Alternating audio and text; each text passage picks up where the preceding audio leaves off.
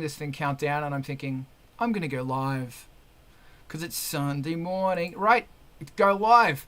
Hey, it's Sunday morning, and this is The Art of Rock. Join us every Sunday here, every Sunday, right here, right now, on Angelspit's Twitch, or Angelspit's YouTube, at 9 a.m. LA time, and 12 o'clock New York time, and probably about 4 p.m. in England, or is it 5 p.m. in Berlin? What time is it in Germany? It's 6. Jesus Christ. Anyway, I have no idea. I just work here. This is all made possible with Angelspit's Patreon. These people are fucking awesome. They keep me going. We're keeping each other going because, my God, it's thick, and I think it's going to get thicker. And I'm not talking about the soup. I'm talking about life. We need community right now. So you can jump on Patreon, and half of this shit's free. You're welcome to jump on these things. You don't have to be a Patreon member to be a part of it. We have to keep each other going. This is very important. Angelspit's new album is there, and I'm very proud of it.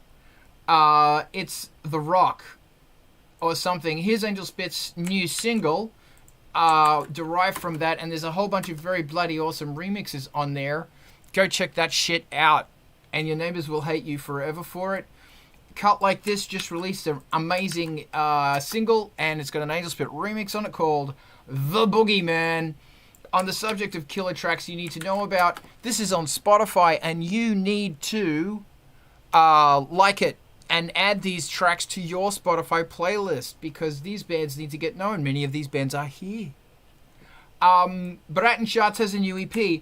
Oh yeah, the Bratenschatz's new EP. And it's right there. Go download it. On the subject of downloading, if you like non-stop music from the pit of Satan's armpit, you need MTV TV. It's 24 hours streaming non-stop. Many of the bands here have their videos on them. If you email them, they will play your video clip.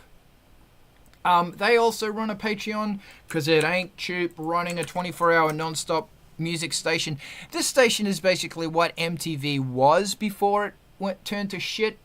But that's just me being an outspoken git. And with that, the microphones go open. Guys, welcome. Hello.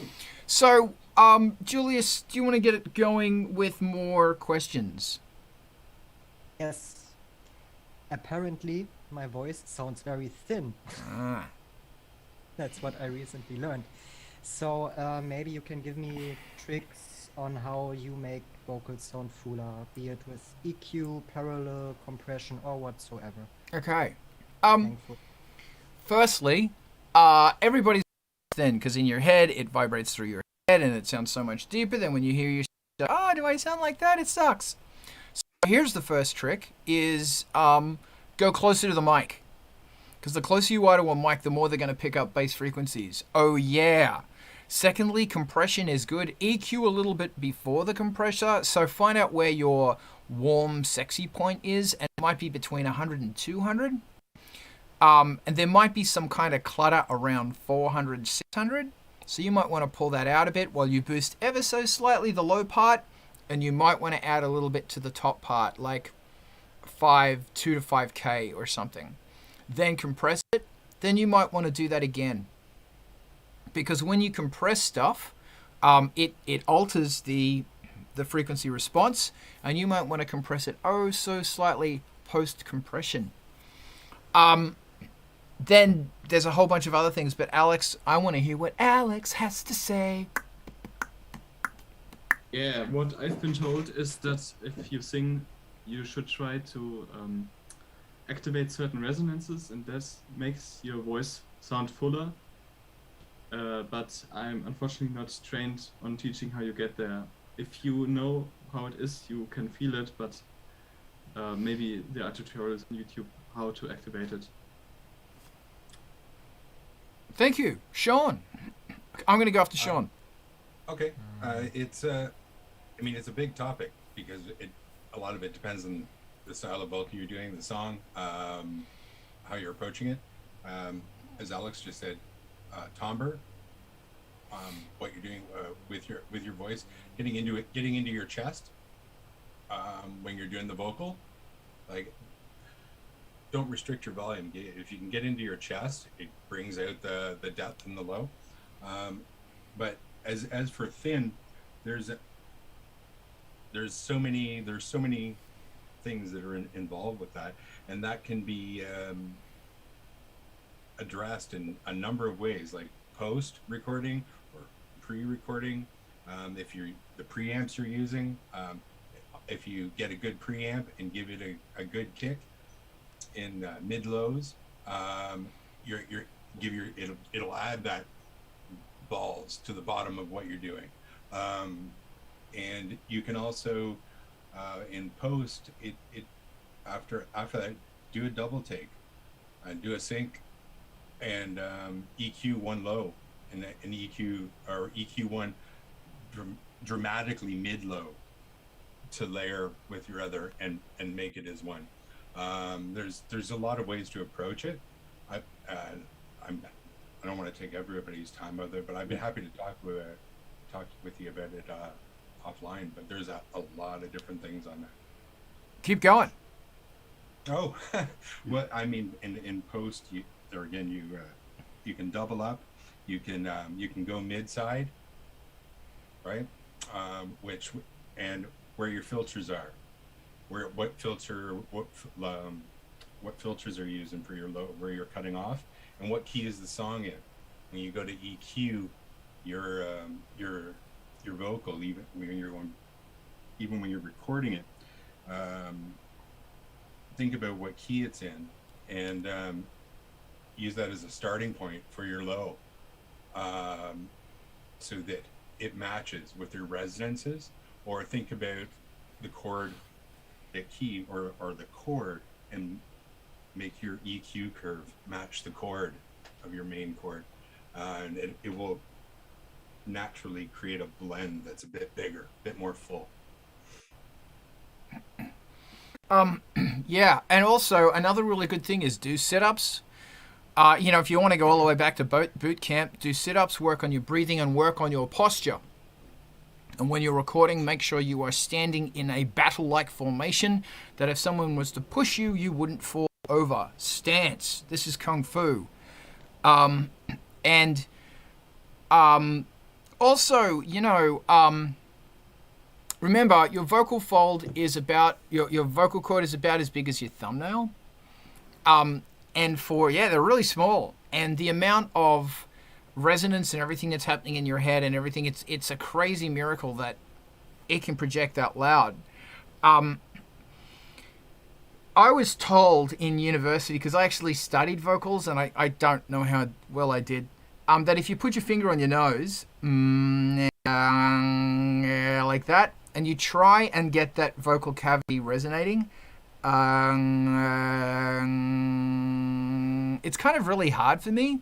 But it's funny, I've got a really twangy, annoying voice, but my nose doesn't vibrate. And be aware of, apparently, yeah, sure, there are tricks that help you make that stuff better. But the one thing you don't want to do is push your voice until it hurts. And it's really important to accept your voice for what it is. And that sucks, and it's the hardest thing in the world. And we've covered that so many times, man. Being okay with your skin. God, body image 101. Because like all of us fucking we all fucking deal with this shit. I hate my voice. Everyone hates their voice. But there are some tricks to make it sound deeper. And obviously work with people who appreciate you for the awesomeness you are. Because if they're looking for a square peg and you're a round peg, yeah. If you're looking for a square peg and they're a round peg, this isn't going to work. And it's totally okay to say no. Eric! Hi. Yeah, what they all said is awesome. And another thing is to make sure you sing from your diaphragm, because that gives you more oomph and boost and hits more resonance into your vocal cords and throughout your skull. So sometimes there's techniques and stuff where you don't use your diaphragm. It's literally throat singing, or you use your throat and chords for it. But most of the time, if you want a fuller sound, that's going to give you a lot of oomph coming up. And then as for like post tricks or EQing and stuff, doubling, like Sean was saying too, doubling your vocals. There's vocal doublers and stuff you can use. You can even just copy and paste your vocal track or the parts you want into another separate one with the exact same settings, and then you can boost. I forget what it is. It's milliseconds, like 0.07, 0.09, 0.08, somewhere around there. Shift one to the left, one to the right, because if you don't, you're gonna get going back and forth in cancellation. But you can do that as well as a trick. Move one to the left, one to the right slightly. It'll still sound like it's in the middle, but give you more oomph. Like your voice is thicker and bigger. If you want bigger type vocal styles too, like coming into stuff, there's most of the stuff, like I do it a lot too. It's a lot of my stuff that sounds bigger. I use 3 to 5 vocal tracks on just one part, and I'll have like my main vocal that I want to come out, and then I'll do like pan one, you know, to the right, one to the left, and then another one further left and further right. But you don't want it all coming in at the same volume. You want to kind of like mix the volume so it sounds like it's as one voice, and it sounds big and full comparing to just one. So it's really just using like studio tricks. And like Carl was saying, everybody's voice is thin and it sounds bigger because it's in your head, and then when you hear it, it's like, that's not as big as I thought it was. So a lot of it is just using tricks and stuff, and most of the big producers and big recorders use all those tricks. They double vocals and make them sound big and add stuff to it. That's my 4.5 cents. That was a good 4.5 cents. Aaron, can I go after your 4.5 cents? Yes, sir. So I would say too, also, keep in mind, think of an imagery of a vocal coach being there with you with a rolled up newspaper that's going to keep smacking you in the head every time that you don't warm up, and every time that you're not drinking water, and every time you're not doing sequences of humming or whatever it is. As rudimentary as it seems and as ridiculous as it seems, there's not a lot of people that can just go out there and just do it and like not have a lot of negative repercussions. I was very fortunate to speak with Edsel Dope from that metal band, and he just says like he doesn't do like a big routine. He just goes out and just hammers it out, and he hits the limiters super hard, and like he's just got a really raw, visceral voice. But I think he's kind of an anomaly. You know what I mean? Like I don't know if he causes damage to his throat on a regular basis, or if he's got a good I don't know if he's got a good habit that he gets into when he's on the road. But I digress. Like I said, I would definitely look up a lot of, vocal coaching and tips, and then again, just have literally that in mind, just that you need to make sure you're doing your warm up and you're drinking water and the whole 9, because that could really have an impact on you trying to get good, clean takes. So the editing process is not such a horrendous nightmare. Thank you, Aaron. There's been so much really good advice here that is, I'm just going, oh man, I really need to do that. I watched this video with Dave Gahan once. Dave Gahan from Depeche Mode. And he does vocal exercises every freaking day. Mayo, mayo, mayo, mayo, ma. Mayo, mayo, mayo, mayo, ma. Mayo, mayo, mayo, mayo, ma. Every fucking day. And if you're serious about your skill, even if it's not about singing, you're exercising your voice. Even when you talk, you are exercising your voice. Such important things and fundamentals. Exactly, man. Drinking water. When you hit that microphone, you're good. You're using a Rode? Fucking good mic. Made in Australia. Bloody good mic. And the Rodes take a lot of volume. They've got 126 dB breaks. So you can stick them in front of a jumbo jet and they won't distort. They're fantastic on guitars if you care. Oh my god, and clanging metal. They were made for industrial music. And also, when you get in close to them, obviously make sure it's cardioid. When you get in close to them, it's just sex. It's really sex. And a lot of things that a lot of people do as well. I really need to start sample recording with the fucking Rode. Something else a lot of people do, well, some people do, is they will vocode their voice using noise. and then we'll only use a really bottom part of the noise in that kind of below 100, 150 sort of thing. But you have to be careful that you are not creating mud, and you are not creating, because the thing about it is that, you know, vocals, if you're in some crazy fucking industrial track and everything's slamming and it's going crazy, there's a lot of bass going on down there, and your vocals are kind of sitting here, you know? So whatever's down here is probably going to get lost in the bass mash. So that's another thing, is that once you're getting into the mix mode, you might go, okay, we might need to start da-da-da-da-da. Eric. Yeah, even just going on what you were just saying, Carl, cut as much as you want to keep those boomy low ends because it sounds fuller. They don't sound good with the bass and stuff. Cut them out and get rid of them. Yeah. And I was gonna add too, when you were saying, was it triggered? Another thing that can fill your voice out too is using a little bit of distortion. Not like a lot. I know you use distortion too, Julius, already, but like if you want to use it as a tool to fill your voice, don't use it to the part where you hear it almost. You kind of like use it a little bit of distortion to get it just to sound a little fuzzy, and then when it's mixed in with the music, it sounds fuller without actually sounding distorted. Yeah.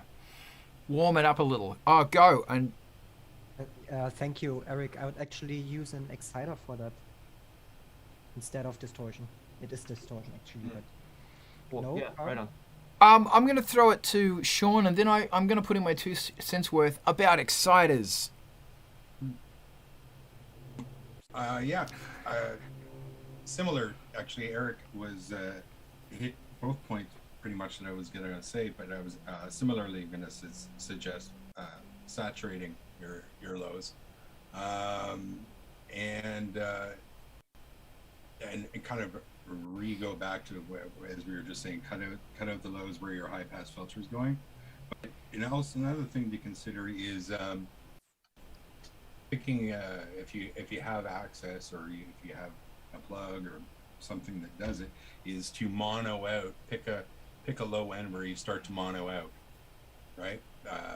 So you maybe you have your high pass filter and you're cutting off at say 80, but maybe mono out from 150 down to that. So as it's getting lower, your lows are going in here, so they're not say clashing with your lower ends of your guitars and whatever, but you still need some of that in there.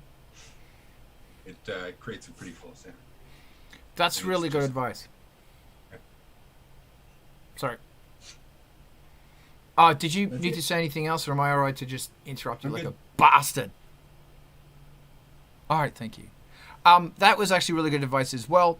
Be careful about exciters, because a lot of when stuff goes to mastering often puts an exciter on something, and if you have an exciter already on stuff, you're going to get phasing.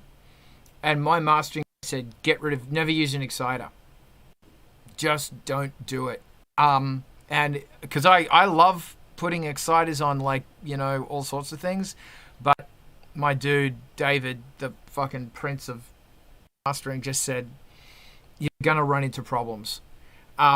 So do whatever you can with Q and compression. And I'll cycle back to the conversation we had months ago, maybe 6 months ago, where I was so inspired by the conversation of getting rid of all of the extraneous bullshit that you put on, as far anything beyond EQ compression.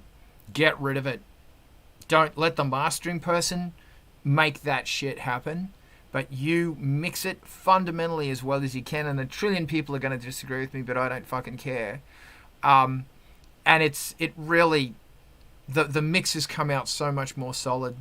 But anyway, I digress. We're talking about mixing now. That's my thoughts on making your voice sound sexy. And anybody else have any thoughts they want to throw in? I brought a concept of, are we good to throw to another dial, another TV station? Cool. So I brought up the idea of protest music. And what is protest music? I don't want this to turn into a, does it qualify as protest music? I don't really care. I want to hear your thoughts on what is protest music. Is it relevant? Is it safe? What's the... Yeah. Oh, no. I want to talk about tax. Let's get to that in a minute. We'll talk about protest music. I want to talk about tax. Graham.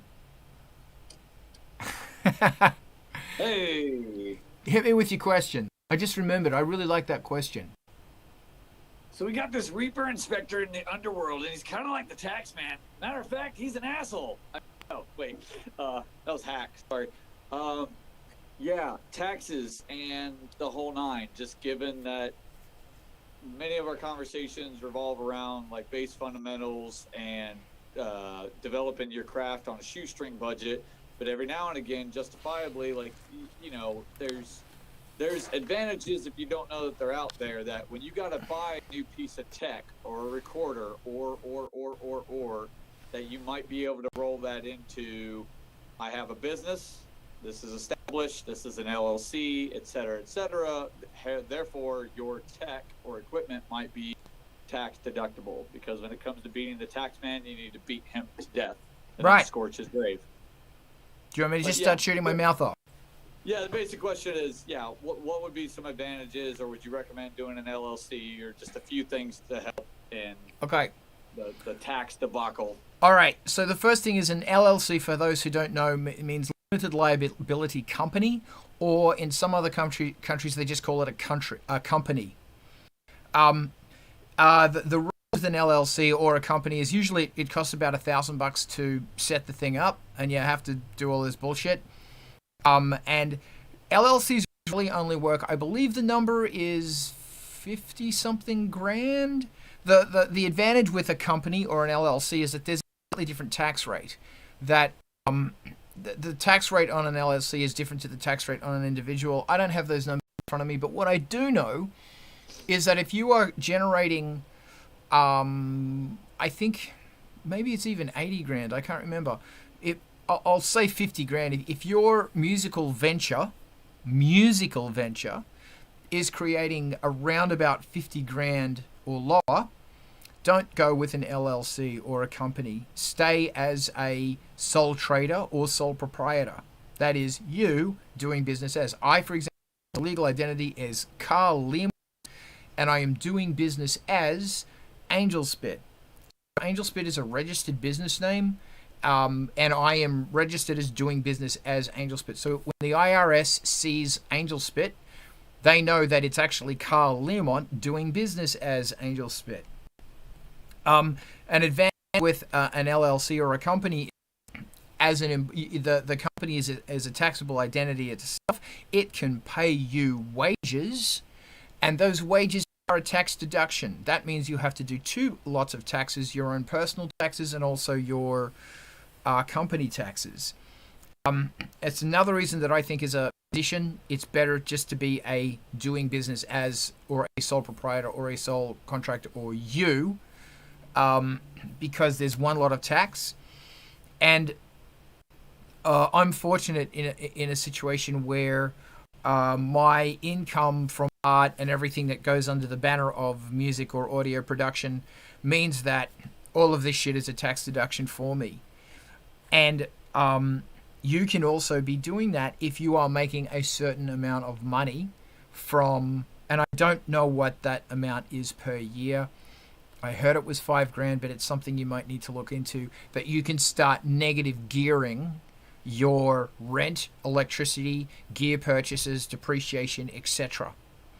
But depending on the definition of your doing business as your sole proprietor, sole trader, what you do for musical, audio related income, that might be mixing other bands. It might be doing all of this stuff. La la la la la.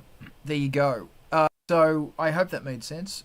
So my advice is, don't become a proprietary. It's just not worth it. I don't think so anyway. And keep all your fucking receipts, and have somebody who knows about music and tax, and I'll throw it to John. Oh, that's fantastic advice. I agree with 90 8% of that. I want to add a little bit of detail about limited liability corporations, and especially for people who are providing services for people.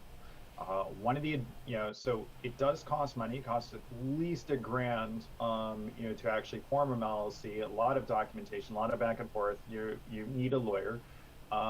Basically, you need a whole bail team at that point. It's like bank, attorney, insurance, and so forth. And that is the point that you're doing a real business. But the reason why to do that is a LLC. Anything that is happening, if you get sued, you're not the one getting sued. The LLC gets sued, and it can wipe out the LLC, but not your personal finances. It's like there's a level of protection there. I am not an attorney. I am not, consult with your local authorities, basically on that one. But if, for example, you are doing mixes or some kind of service for somebody else, they don't like it, they sue you because you have damaged the reputation. Who is going to take the hit? Now, is that likely? Less likely. But this is something that I had to strongly consider, and also when I was working as a software agency providing services to people for custom programming, in a similar way to providing, mixing or mastering or recording services. If someone is very unhappy with you, they are going to go after you. Now, doing a DBA is free. Places, well, you can register officially. And that's like $25 and walking down to the county clerk's office. It's like those, or at least in the U.S. It's worth doing. If you are doing business in the U.S., you need to get a TIN, which is the tax identification number. That is also free, but that also means that you need to start reporting quarterly taxes and keeping track of what's going on. So, LLC, if you are doing a lot of work or you feel that you are doing things that are putting you at risk of exposure. If you're just an artist who's doing like 1 or 2 mixes for friends, you're fine. So, you're not at the scale that would make sense. But it does provide you protection, and it does provide you, with that cushion if somebody were to go after you directly. Thank you, John. They are very relevant points and absolutely correct. Eric, and then I want to go after you, Eric. So, well, thank you both. That was very informative. I'm not a very good business person. But so if you can do a DBA and you can still have that as your company and do tax write-offs, so do you need to be established to do that? And then also, what is the difference between what's an Inc. then? What's an incorporated? What's an INC with it? Is there a difference between an LLC, DBA, and Inc. and Inc.? Okay. All you need in the US is a tax file number. To be really registered as a sole proprietor, I'll talk about the state of California because that's what I know. You do actually have to say, Carl Lemon is now doing business as Angelspit. You have to make sure that the word Angelspit is available, which it is. Well, not anymore, but it is.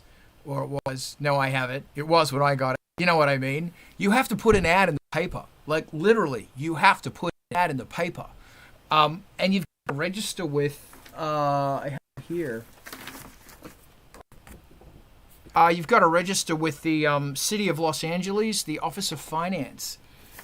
Free in California, and you've basically got to say I am an artist. I'm an arts-based thing, and there's a whole bunch of here's Rose. There's a whole bunch of help that they can give artists, etc. Like advice and shit like that. So if you have a tax and you've jumped through the hoops that are required, yes, you can do it. A lot of states you don't need to. Or don't care, or they overlook. They just don't care. As long as you have a tax file number, you pay everything and all the numbers add up, that's all they care about. If you are making under a certain amount of money, like if you're making money, then you jump through the hoops. I still can't justify an LLC for lots of reasons.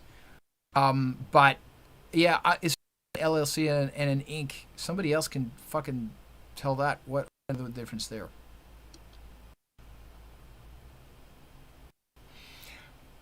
Big bunch of silence on that question. I don't know. It's a 9 Inch Nails song. I don't know. And I think Starfuckers is actually taken. So, yeah, so there you go. That's what I think is talk to an accountant. And Rob asks, gear insurance. Yep, that sure as shit is 100% tax deduction. And Synthics repairs are definitely a tax deduction. So anything that you require to make your business happen, so that you make music, is a tax deduction. And other things, for example, it depends on the amount of space that you have using for your rent. Where you rest your head and sleep, you cannot claim it. But there might be parts of your bedroom or parts of whatever. So, for example, let's say you live in a 1-bedroom place and it's 100 square feet, picking numbers. And let's say the bedroom is 30 square feet. And let's say the kitchen and bathroom are 20 square feet. So that's 50 square feet. So 50 square feet that you are legitimately using for your business, and you may have photos and you have to make the floor plan. 50%. That means 50% of the water, 50% of the gas, 50% of the electricity, 50% of, on the rent, can be claimed as a tax deduction. Yes, it can. Yeah. Did I see a hand? It was mine, but I was actually going to ask you about the rent, so you just answered. Yeah. Thank you. And there are different laws if you own the house. I'm not sure what those laws are, because it gets into capital. If you're using mortgage as a tax deduction, it gets sticky. Thank you for putting the individual information to taxpayers in the notes. You know what? I'm going to put this in the in the big chat, because we love talking about exciting shit like this. Does anybody have any other questions on this remarkably exciting topic? I have a database to help me with my tax, by the way. Maybe I should mute this, because if people hear it, I'm just going to lose all my cool credibility. So I have a database, and it will go through and log things. Like, I'll put in the expense, I'll put in where it is, roughly what it's for, and what project it's for. And then at the end of the year, not only say, not only does it say rent was this much, gas was this much, expenses was this much, but it'll also break it down by project. And it'll say, I spent this much money making the new album, but I made this much money making the new album. And I can actually see a profit and loss for every single thing that I do. And then I can have a look at it, and it'll give me a pie chart, and it'll go, well, X% came from MP3 sales, X% came from streaming, X% came from doing audio with other things, X% came from remixes, X% came from producing a band. Because I have to do that because of the state of California's artist thing, because it's going to want to say what percentage of your income comes from making music or music art related things. But I go into it in a bit more details because that's how I am. Does anybody have anything else that they want to talk about that has to do with tax, or can we talk about crazy shit? Oh, Mark, hit me. Hey, so this is not trying to game the system per se, but do you have to actually make money for tax write-offs to matter? Yes. Yes, you do. And there's an amount. And I don't. It might be $5,000. It might be something I don't remember. And also, let me say that You can be operating at a loss. When you say make money, do you mean generate gross income? Yes. You have to generate gross income. Do you mean running at a loss? You sure as shit can run at a loss. Because in the United States, as Australian, I'm pretty sure Europe as well, you can claim losses from 5 to 10 years back if you work in music and if you work in movies. Because it might take you 5 to 10 years to make that album or that movie, and then you can claim those losses. So, I lost, my total losses over the past 5 years were $500,000, and now I've just released the movie and I made $3 million. Well, I can now negative gear that 500 grand into this loss. So, and that's the whole concept of negative gearing, is that it's like, well, for my music, I only made, using random numbers again, $10,000. But because of the amount of work I'm putting into it, because I'm going to make this work, I lost $20,000. Therefore, I'm minus $10,000. However, with my day job, and you got to check your books because this is legal in Australia, and I'm pretty fucking sure it's legal in the US as well. Because I'm a sole proprietor, my day job makes 50 grand. But now I've lost, I'm going to offset that loss to here, so it becomes 40 grand. That's called negative gearing. And you are allowed to legally do that, but just talk to an accountant first. So, yeah, very, very cool. And if you're working as a contractor, you're already a sole proprietor. So, you know, oh boy, once again, I cover my ass by saying you need to check with your accountant. But if as a subcontractor, if music starts becoming a part of that, I do computer stuff. How much of that stuff is coding music, making music, mixing music? I don't know. It's all computers. Therefore, I'm going to start using all my computer stuff as a tax deduction. If you get audited and you can prove it, and it is based on something truthful and whole, then yes, you can do that. Because did you write apps for software stump? Did somebody pay you for writing some sounds on the Micro Freak or da-da-da-da-da? Yeah. Yeah.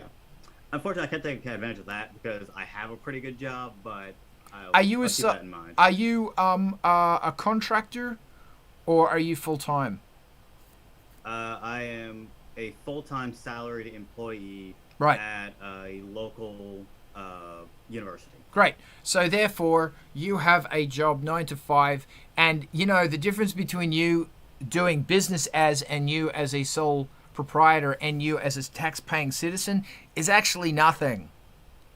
Except a little bit of paperwork. I can feel people disagreeing with me. So the thing about it is you trading as Mark, if you're, who is Mark, because you don't have to set up a trading as if your name's Mark, because you can legally trade under your own name. You don't have to pay a fucking cent for that.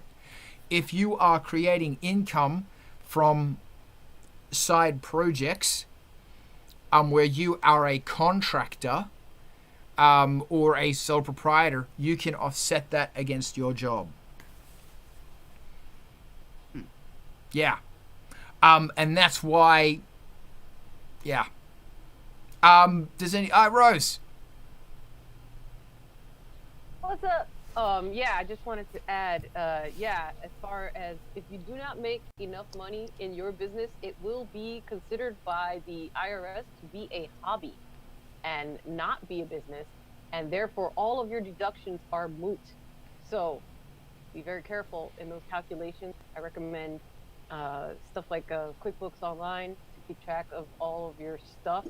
QuickBooks Online actually has stuff set up for sole proprietors of business and self-workers and stuff, and then we'll even estimate the tax payments for you and do all kinds of cool stuff like that. As long as you keep it up to date, you can very, very much do it all yourself and stuff. And you know, it links to your bank account, and you just have to make sure to check in every day so that it sucks down the information and stuff like that. And once you get it organized into, you know, common stuff, it'll always remember, like, oh, okay, you can set it to always remember, like, this is a travel expense. You know, every time I go to a gas station, it's gas for my car.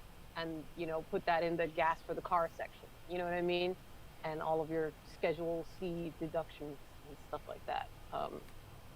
And even if you don't make any money that year, you still, once you are working as a business, you still must do you still have to fill out something. You still have to fill out your taxes for that year, even if you make nothing. So make sure that you do that, especially if you are an LLC. Otherwise, you will get hit with insane fines. Insane fines. You will get hit with thousands of dollars of fines. So take it seriously, and definitely talk to an accountant. It's serious, guys. You will lose a lot of money if you don't do it right. So do it right. And my thoughts on this is get an accountant, because either it doesn't matter what your taxation situation is. An accountant who does your personal tax is a 100% tax deduction. If you have a full-time job, if you are a contractor, it doesn't matter. That's a 100% tax deduction.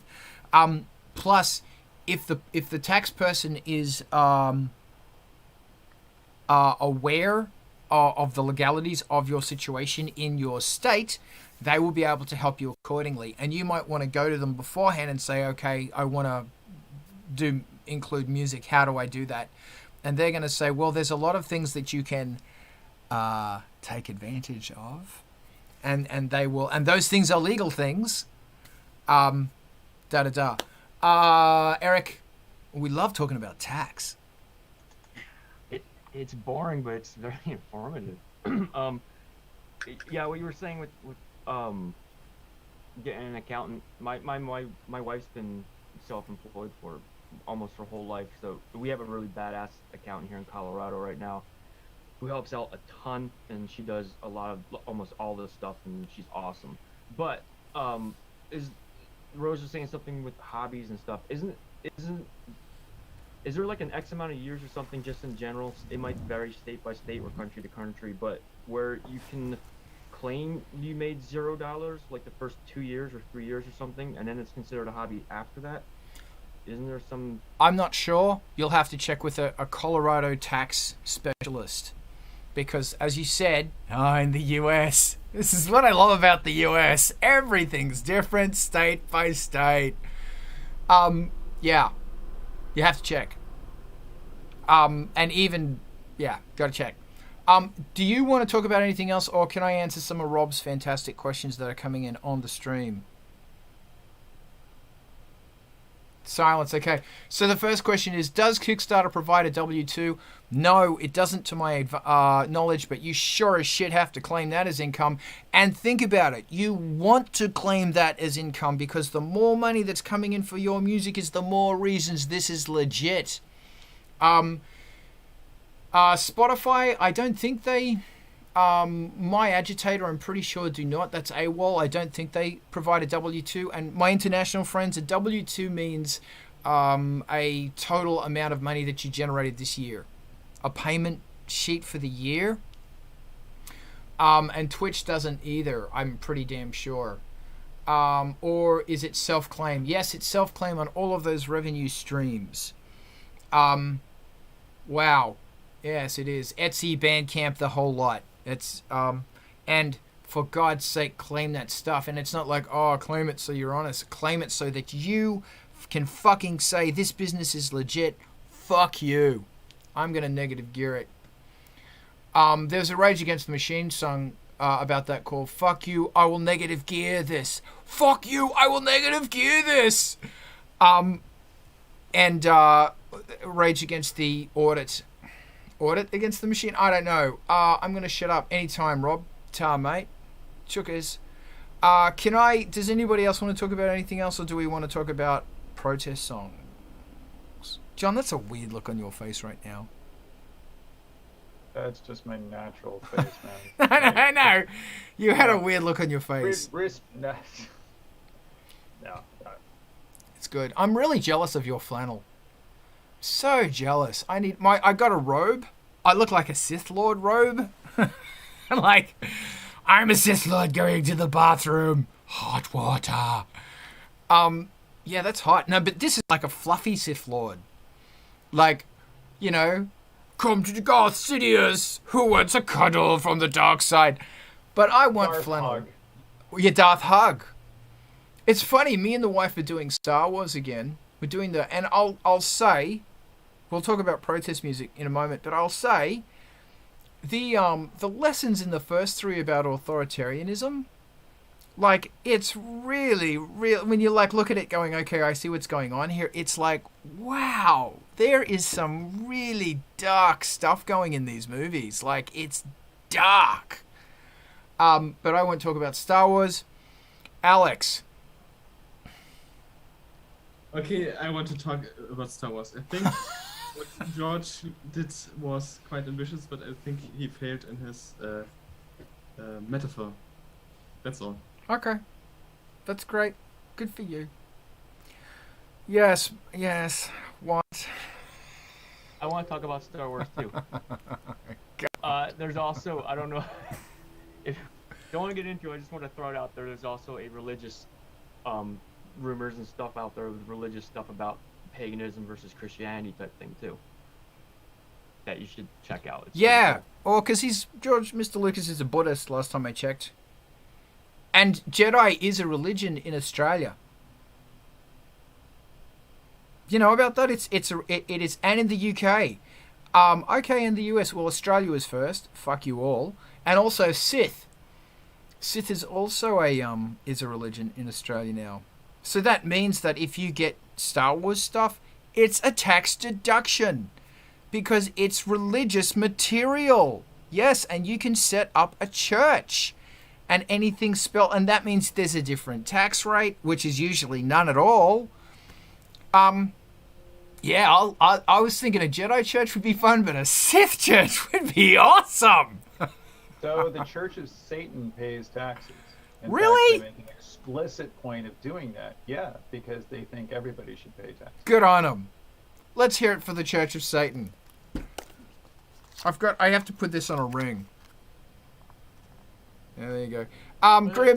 Grim, that's Anton's thing. I need to put it on a necklace, but I haven't yet. That's the Luciferian emblem. I thought that was LeVay. I can't. Oh yeah. Look at that. Thanks, Anton. I got another one. I think it's called isn't it called like the Seal of Lucifer though? I have no idea because I'm a poser. I got it free with my Ramones t-shirt. Ramones is my favorite fashion label, let me tell you. And this is the this is Ziggy Satan dust.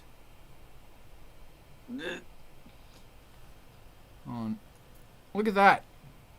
Satan played guitar, jamming good with. Sorry, okay, Grim, show and tell. Wait, hold on, Carl. Can you hold up the sigil again? Just like not against a black background.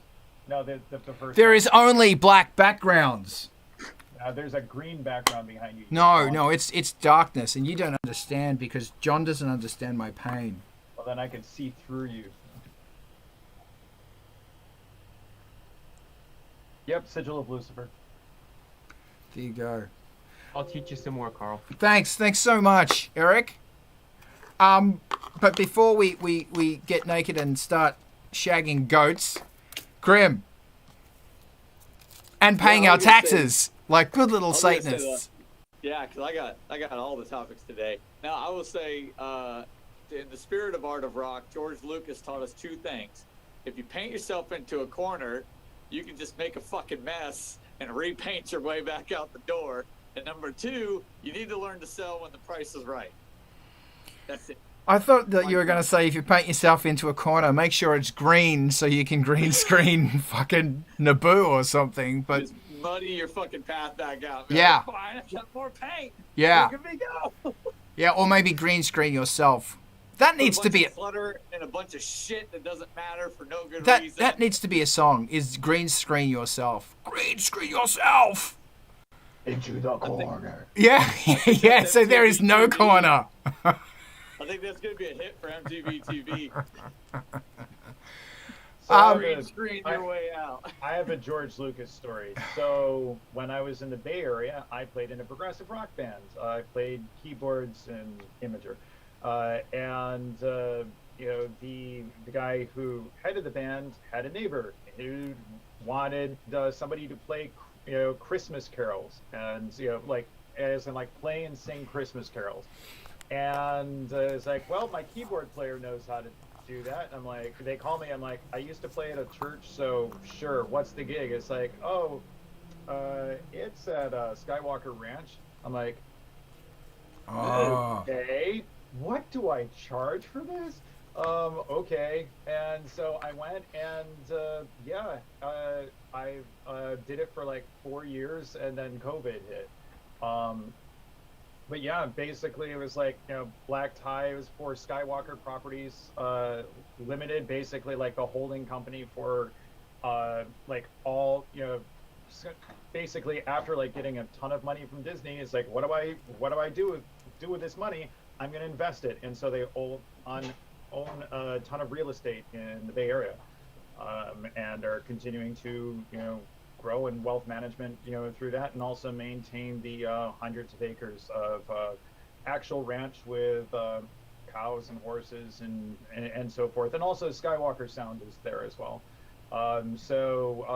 It's very interesting being next to the display case where the original lightsaber is, close enough that you can see the wood, the marks on the wood from because it wasn't metal, it wasn't machined. It's like when you're building props in the 70s, you use materials that you have. So he's also very proud of Crystal Skull. So don't give him a hard time for that movie. Okay. Thank you, John. That's fantastic. That sounds like crazy fun. Does anybody... We were going to talk about protest music. Do we want to talk about protest music or how much Jar Jar Binks sucks? But I really don't want to talk about Jar Jar Binks.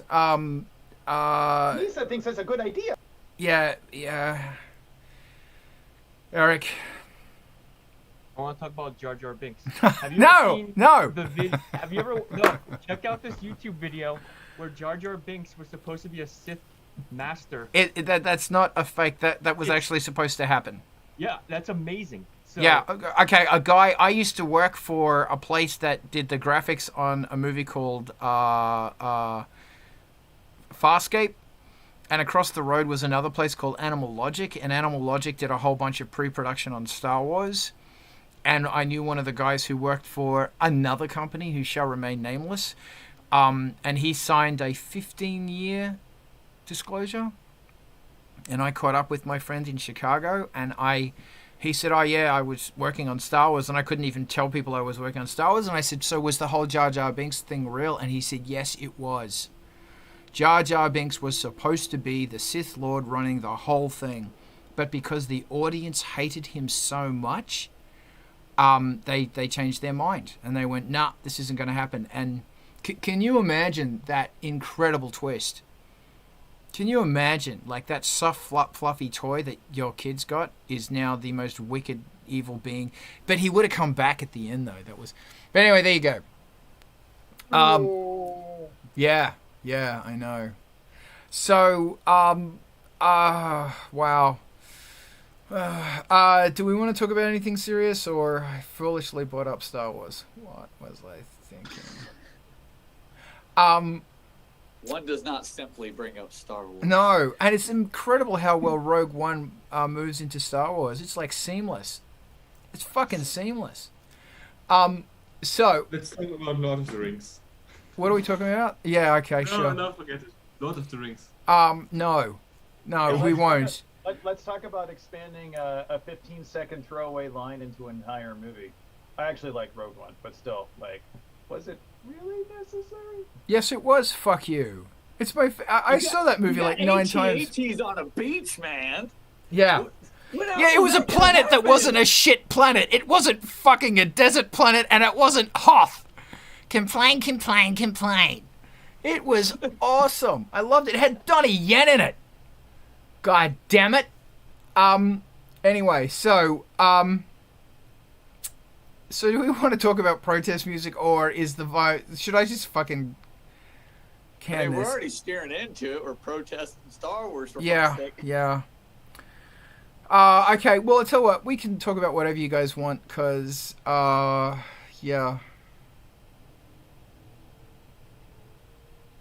Okay, so I do have a half-joking Star Wars question. Sure. what did the Empire actually do wrong, aside from the slavery of Kashyyyk? They didn't file their fucking taxes. Yeah, exactly. Because I am the IRS. No. See, that's the Sith, not the Empire. What did the Empire actually do wrong? No, but he said that when he was Palpatine was the head senator. I am the Senate. I am the IRS. That's really Yeah, but interesting. technically, he was still the Sith in that case. Okay. He was in. The Sith were controlling the Senate at that time. Yeah. So what did the Empire actually do wrong? Well, so who is the Empire really? What is the Empire? The Empire is what the Emperor Palpatine said. And they were having a military occupation of every single planet. They were it was kind of pretty damn fascist. There was a lot of things that couldn't be said. They were locking down on a lot of things. They were taking away the concept of democracy, because this is how democracy dies with the roar of applause. That they didn't give a shit about the Senate. They didn't give a shit about what people thought. They didn't give a shit about the democratic process of the entire thing. Yeah. Should I go on? They also had big trade embargoes and a bunch of shit just to muddy up. Yeah, pretty much everything. Yeah. Whole damn galaxy. Because, like, when you look at it, what they were doing was a typical garden variety right-wing playbook for authoritarianism, which is, I don't like that species. I don't like that species. That species disagree. Come on, Alderaan, Bail Organa was the biggest voice against the Palpatine. He was on his case all the time. So I'm just going to blow up your fucking planet. Yeah. So He's looking for democracy in all the wrong places. Tisk, tisk, tisk. You just said looking for democracy in Alderaan places. Yeah. That was great. There was actually a dance party called the last dance party of Alderaan at DragonCon a few years ago, and it was awesome. But anyway, See, we're getting into protest music. Come yeah, on we now. are. So maybe I'm reading into it too much, but I don't think I am. I mean, come on. Yeah, that's what I think. I think they were pretty fucking fascist. But that's what I loved about Rogue One, is that Rogue One said, in order to fight monsters, we must become monsters so that we may fight them equally. Look at Saul Guerrero. He was a terrorist. I mean, all the rebels were terrorists. Come on, any small populace, I'm going there. Any small terror group that stands up against an authoritarian gets branded terrorisms. Even the rebels called Saul Guerrero in Rogue One, they said he was a terrorist tactics, and they were trying to separate himself from them because they still had a footing in the Senate. That's why I love Rogue One, because they're all like, they've got Mon Mothma and Bail Organa and all the nice, shiny, happy senators up the front doing their thing. But below them are generals who are poised for war, and then below them they have terrorists, assassins, etc. Who did a whole bunch of really bad shit for the rebellion. And that's what I love about it. It's like, look, blood on everyone's hands. It's just fucked. It's great. It's real. Fuck these guys. It's bloody awesome. And that's what I love about 1, 2, and 3 as well, is Yoda is a jerk. He really is. You watch. No, look, I'm going to start. Yoda uses shame tactics. He gaslights. He's a prick to so many people. Like, he does. You watch it. Watch it again. Watch what the Jedi say to each other. It's a big bro. It's this big bro fucking group that are resting on their laurels. Oh, we're not okay with that. And Yoda at one point says, arrogance is something that I see in so many young Jedi. And it's like, look at yourself in the mirror, dude. All of the fucking... And, the only one that said, no, this is bullshit and we have to stop is Qui-Gon Jinn. They gaslighted him. They fucking got in his way. They threw things in that guy's way the whole one. And of course, Qui-Gon Jinn gave to Obi-Wan Kenobi. Ironically, Qui-Gon Jinn's master was Sidious, Count Dooku. Not Sidious, Tyrannus, Count Dooku. And he was the guy that said to Obi-Wan, what would you do if I told you that the entire Senate was in control of a Sith Lord named Sidious? And Obi-Wan said, oh, that's bullshit. Wouldn't happen. My favorite line of the whole movie is, you're sounding like a Sith. Sith only talk in absolutes. That statement is such an absolute. Jedi are fucked. Sith are fucked. Republic is fucked. It's all fucked. You know? Okay, yeah, that's part of it, because, like, me personally, maybe I'm a terrible person, I am tired of absolute good and absolute bad guys. Yeah. And, like, when I haven't watched all the Star Wars movies, the ones I've seen, I'm like, okay, like, the Empire, yes, they did bad, but, like, are the Rebels really that much better in a lot of cases? No. But, They're dirty, yeah. dirty people. Yeah. They did some awful things. Watch Rogue One. It goes into it. It was the guy who shot Saving Private Ryan does the camera work. And it's what is mind-blowing about Rogue One is you watch it and you've got to watch it straight into Star Wars. Star Wars is this funny, chirpy, happy movie. Rogue One's got an M rating or an R rating. It's everyone fucking dies. It's really visceral. It's really ugly. And it goes into what the rebels did. They're just shooting people left and right so they can cover their tracks. The only good guy is Tirith and Donnie Yen, and the other guy, the temple, the priests of the Jedi Temple. And even they've lost their faith. Like Mace Tirith, they're married. They're two men who they're a married couple. They're married. And Mace Tirith, who's the guy with the gun, has totally lost his faith. Totally lost his faith. He doesn't believe in anything anymore. And, oh no, Tirith is Donnie and Mace is his... Oh, I've got it wrong. Anyway, you know what I mean? The guy with the gun's lost his faith, and Donnie's holding on to, he's holding on to his faith. Because of all of the shit that's going on. But anyway, it's and you've got to watch Rogue One a few times because they go into such depth of they are stealing the kyber crystals from. They're basically tearing the place apart for kyber crystals so they can build the Death Star. It's a really brilliant movie. Should I shut up now? I'm gonna go watch it. Yeah, and watch 1, 2, and 3 again. Watch it closely. And another thing is that the Jedi are corrupt because there's all these points.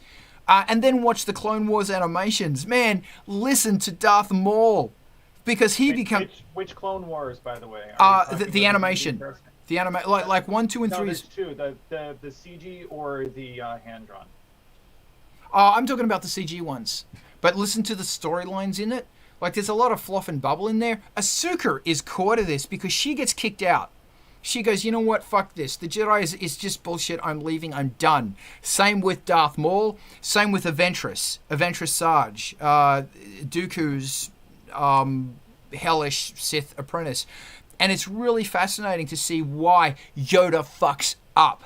That's why she leaves. Ahsoka leaves because Yoda fucked up. And then you look at why Darth Maul left and what Darth Maul became, and that brings in the whole Mandalorian thing, which is brilliant. Like Obi-Wan Kenobi was taking bribes because when he goes to that cafe and his big mate Rex with the big guy, Obi, how you doing? And he's looking at the Camino Dart. Yes, I'm a Star Wars nerd. Listen to their dialogue very, very carefully. When Anakin goes back to Tatooine and talks to Anakin, what's that guy's name? The flying guy? Nubian, yeah, that guy. Nubian, he says, oh, you're a Jedi? Hey, some deadbeats owe me some money. Because that's what Jedi do. If shit hits the fan, talk to a Jedi on the side, they'll look after you. They're going to want intel, though. Carl's theory. Yes. Hey, I'm not asking Carl, a stupid I didn't want question. to interrupt you. Please. No, I agree with you, and it's funny with Yoda because he always preaches against arrogance and against all this, but he's like the most arrogant character in the whole series. That's the other thing is that there are so many points where he goes, "Oh, the council doesn't agree with this thing," and then suddenly he goes, "Oh, the council does agree." It's like, I am the council. He's I so am the confident. Senate.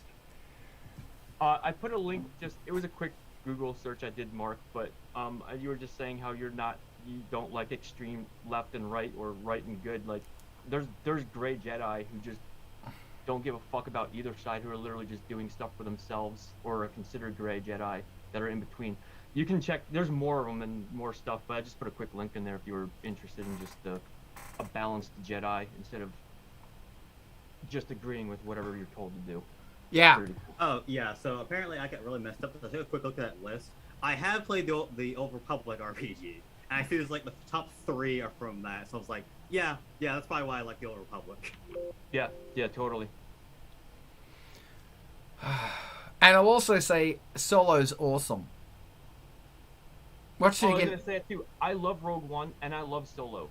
And Yeah. I was not looking forward to Solo at all because I'm like, I really don't give a fuck about this backstory, blah blah. And I saw it and I loved it. A lot of my friends hate it and hate me for it, but I thought it was awesome. Well, yeah, this is like the politics of Star Wars blows my mind. I love it, and it's funny that like our 4, 5, and 6 they hardly touch on that. It's like they just say all these words, and then the other ones put all the bits and pieces together.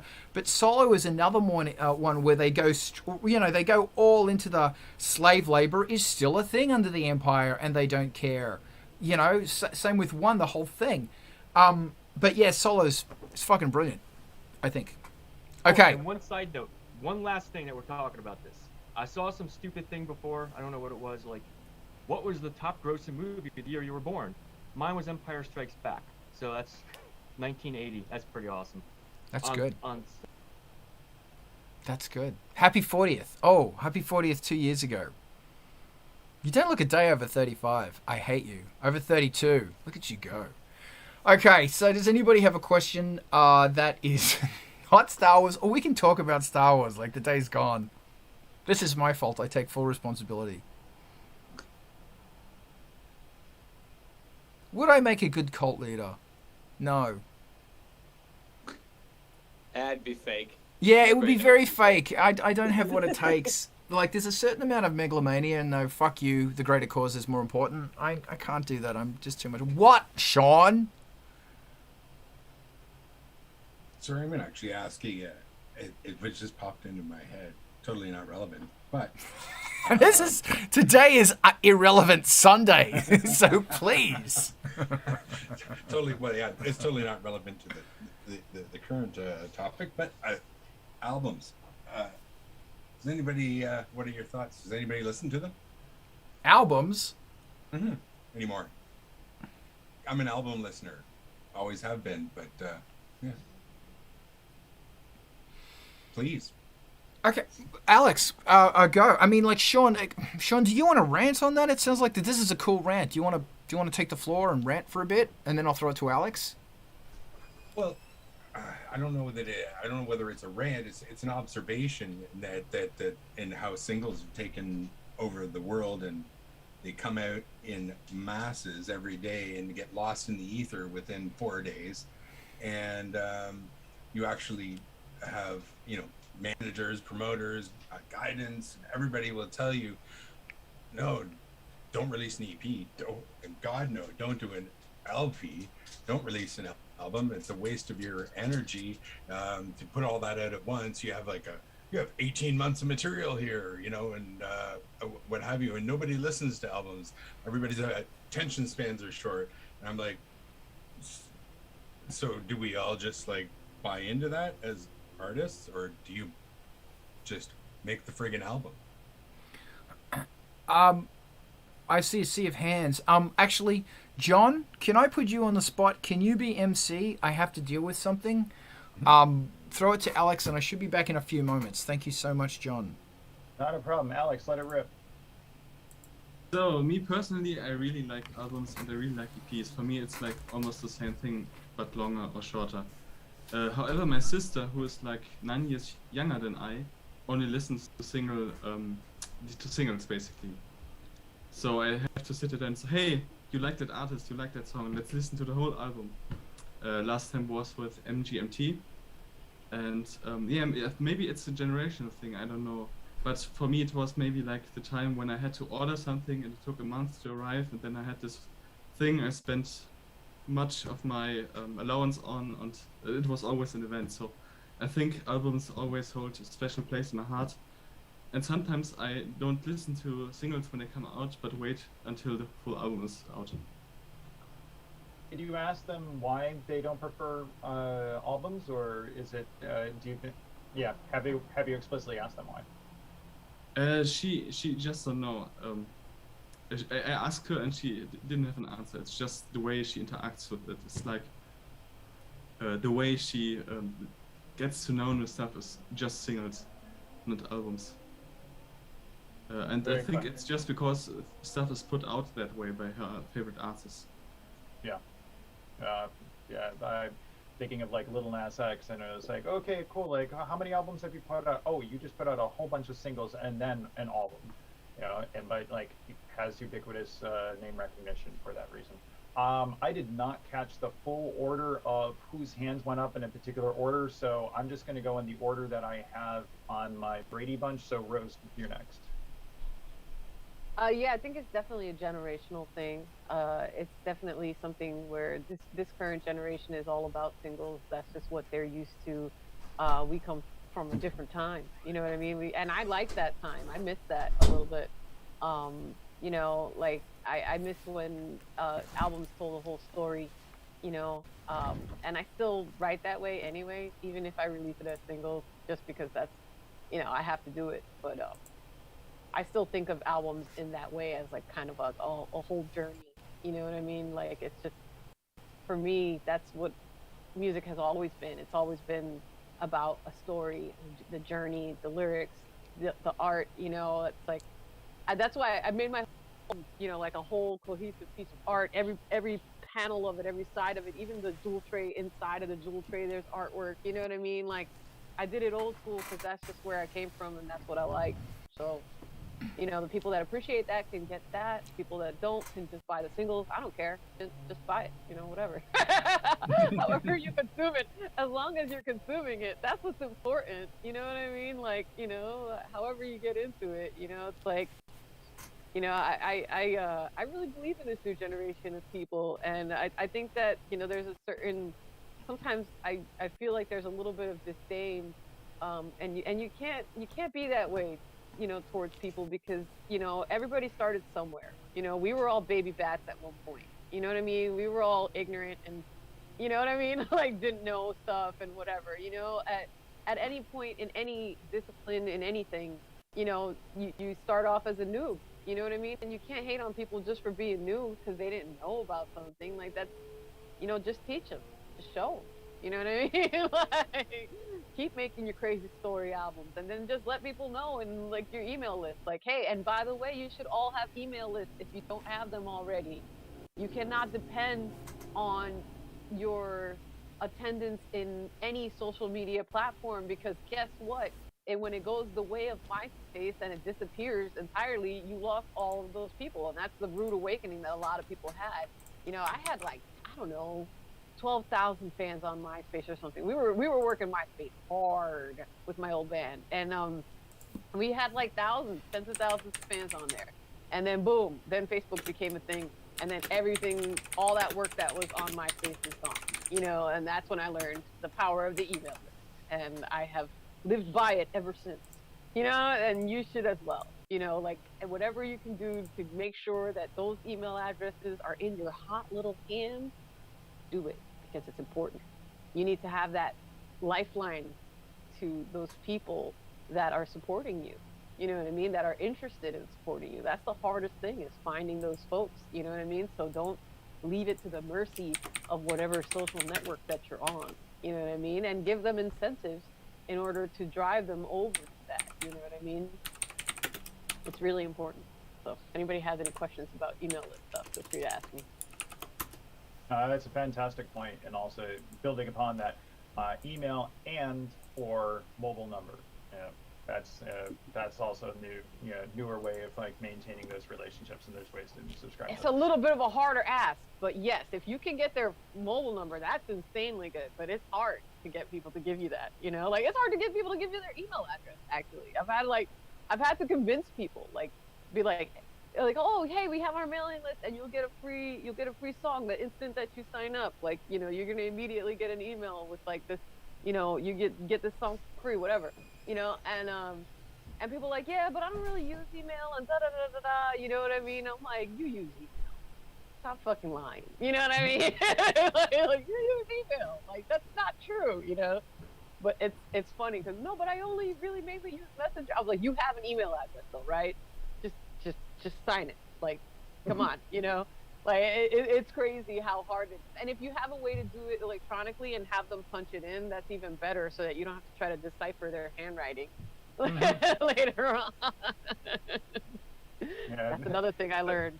In a darkened club, scribbling it out. Yeah, no, I hear that. Yeah.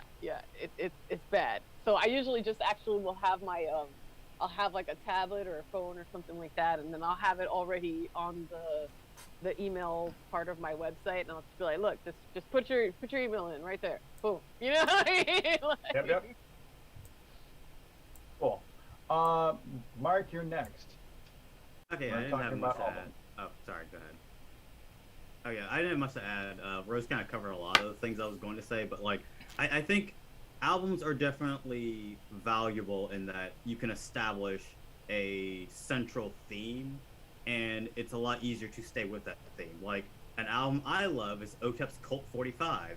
I don't think that works great as like individual tracks, but like together, it's just wonderful.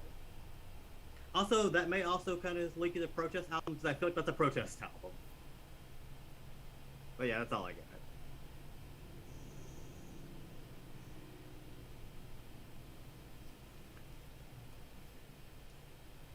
Carl, you're back in the hot seat? I'm back in the hot seat. John, thank you so much. Eric, actually, Rose, is your hand up again? Or... Okay, cool. I'm going to go in after you. Eric! Thank you, John.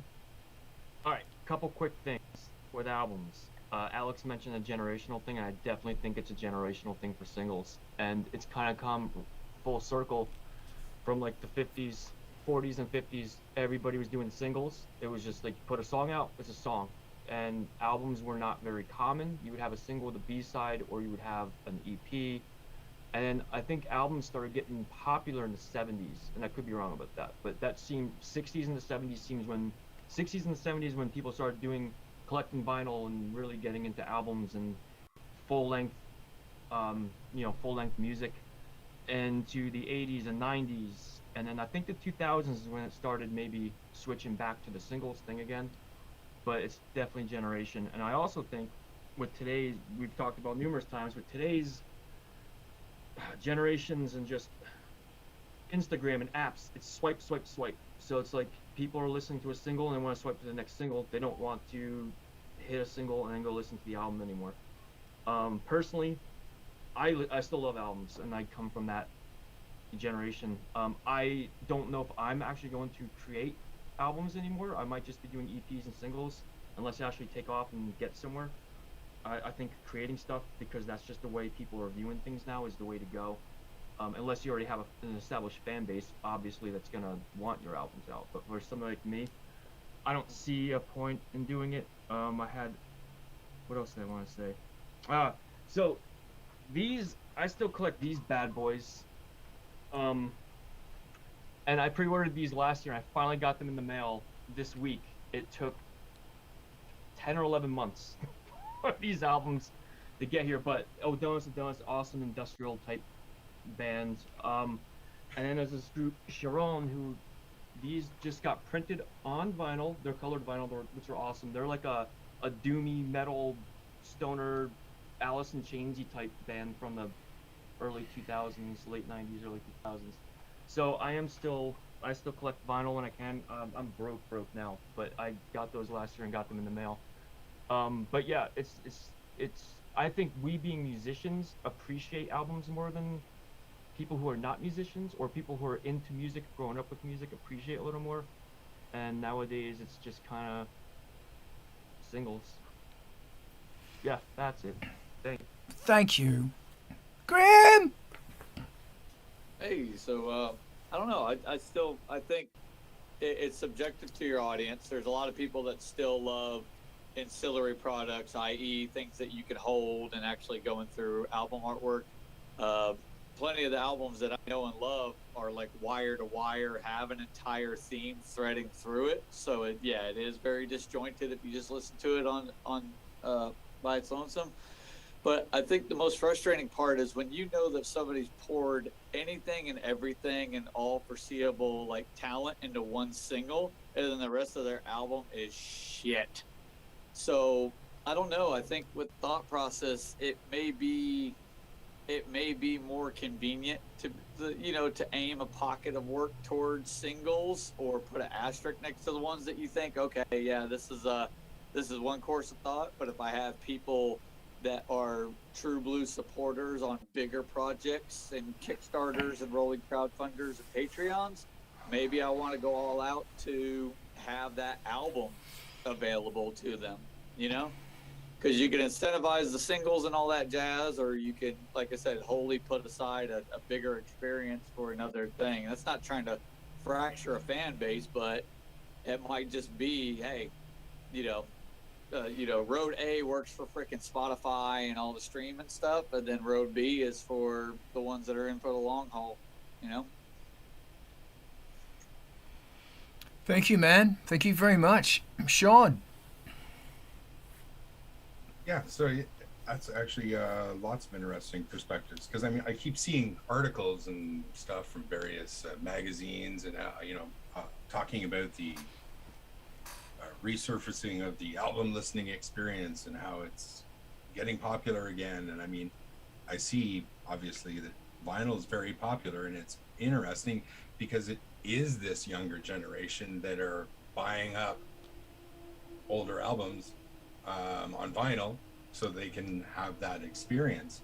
So I feel like in a certain sense the younger generation that haven't had that full exposure to that kind of got ripped off by the industry that's kind of created that. It's not that they necessarily asked for it, that's just what was fastest and easily available, right?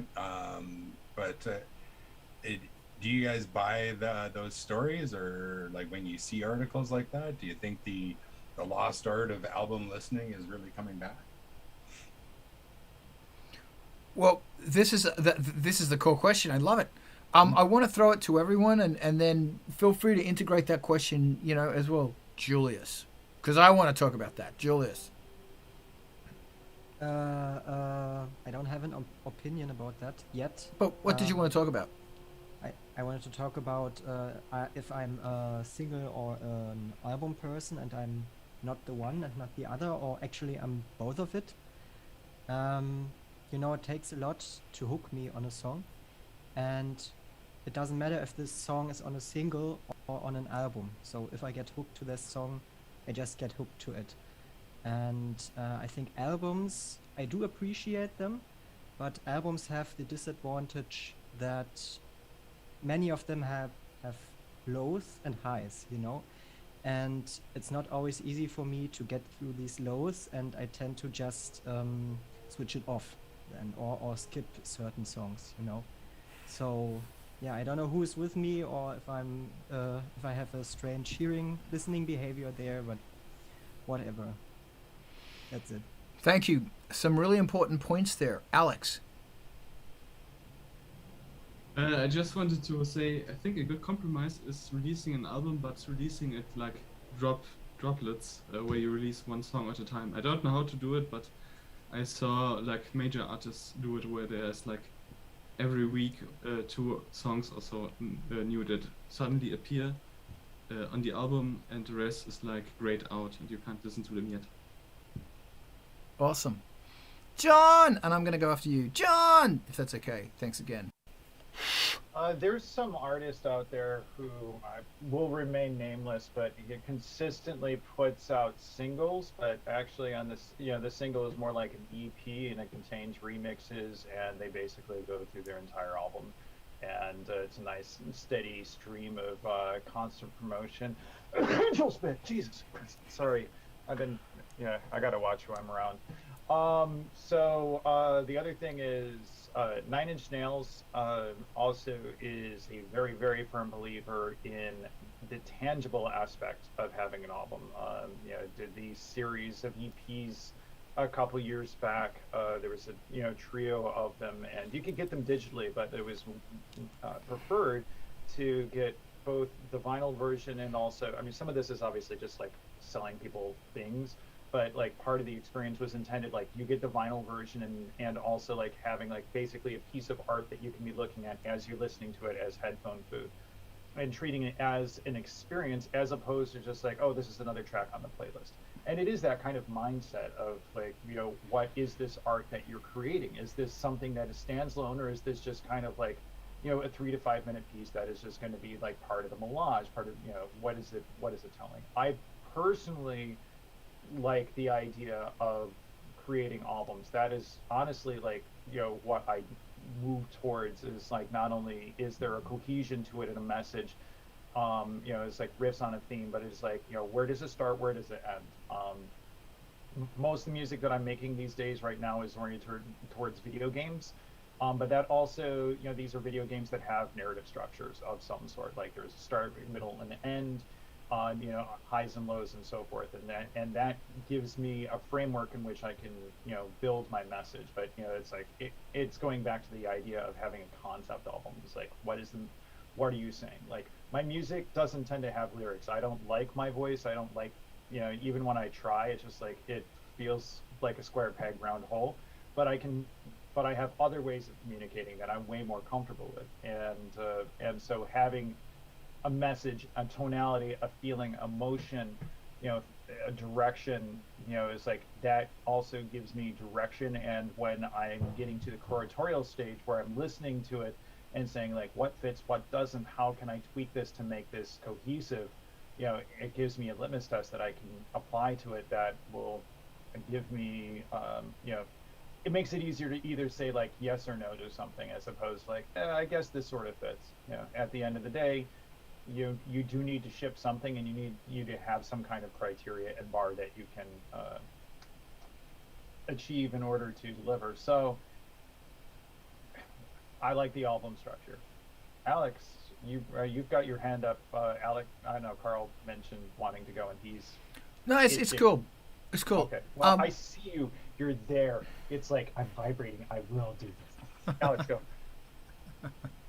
One thing I really, really like about albums is that you can do shit on albums that you can't do on singles.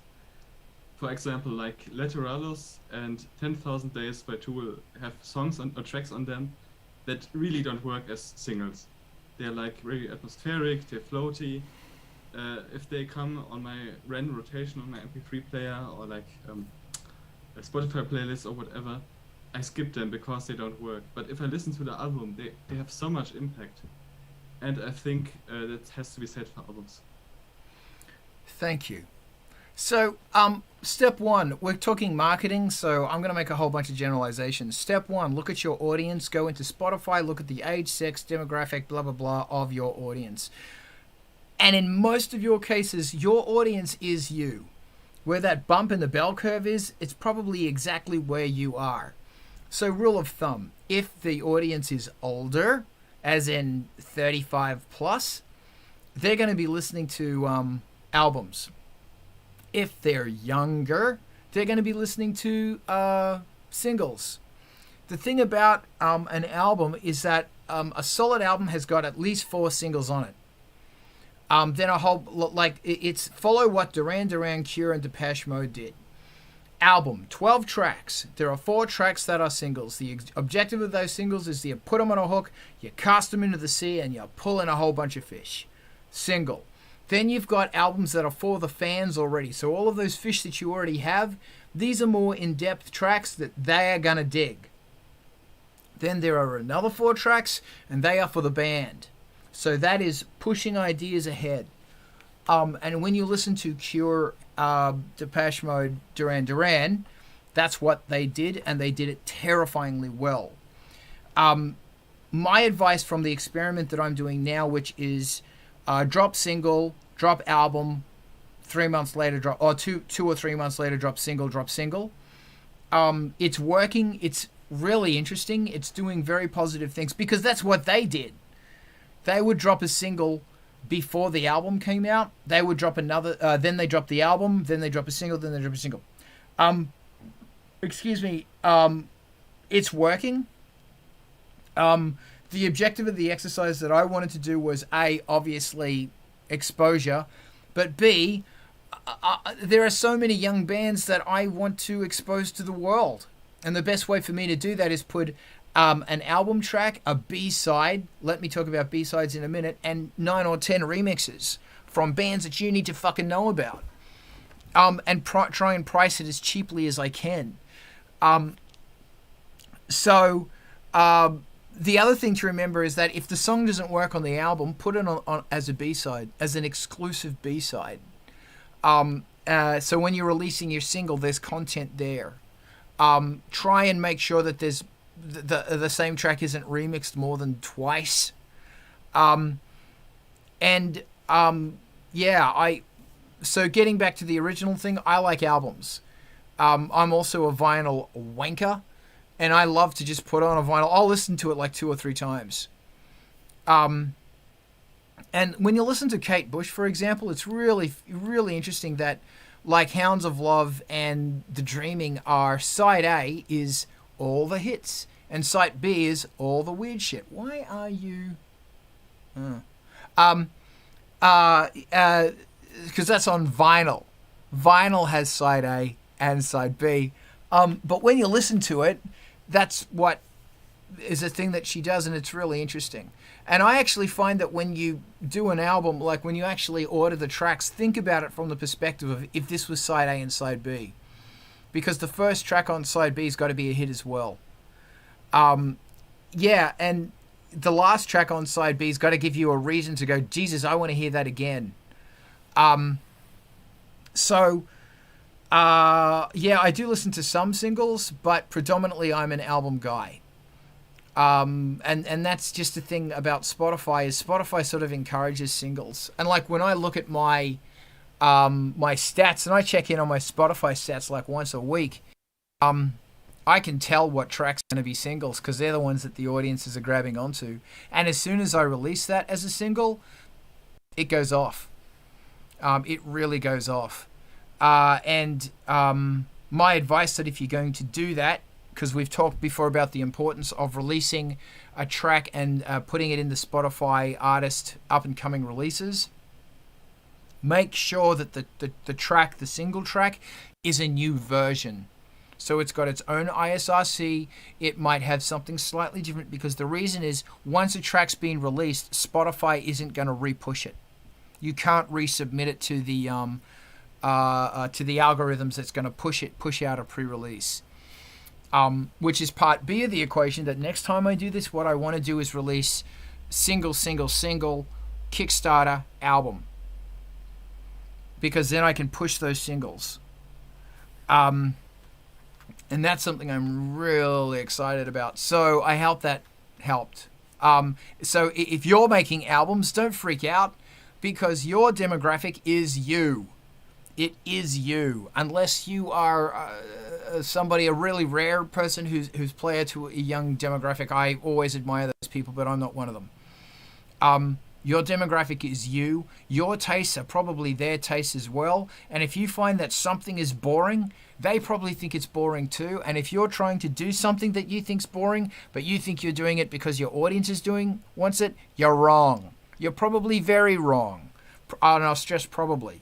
You do what you think is cool because you are selling your opinion. The only thing, and your taste, the only thing that you can accurately and sincerely sell or present is your opinion and your choices and your taste. That's it. And remember, increasingly, we are going into a world where sincerity is everything. And when you go out on a limb and you start really speaking your mind, someone out there is going to go, yeah, I want to say this shit, but I'm too afraid to. Why are we too afraid to? But I want to throw it to you, Eric. Yeah, thank you, Carl. That was awesome. I wanted to add when you were mentioning too the vinyl on the sides, I don't buy every album. I'm very specific with records that I buy. I will only buy vinyl if I know I'm gonna sit down. If I've listened to it already and I know I'm gonna like it and I can sit through the whole thing or listen to the whole thing. And I think I like the A side and B side on vinyl is awesome because sometimes honestly like I'll be like, man, I want to listen to this, but I just want to listen to the second half. And when you Nine Inch Nails is perfect with this, like John was saying too, like Trent puts his albums together, he always has as records, as vinyl, as here's side A and here's side B, and this is the journey I'm going to take you on.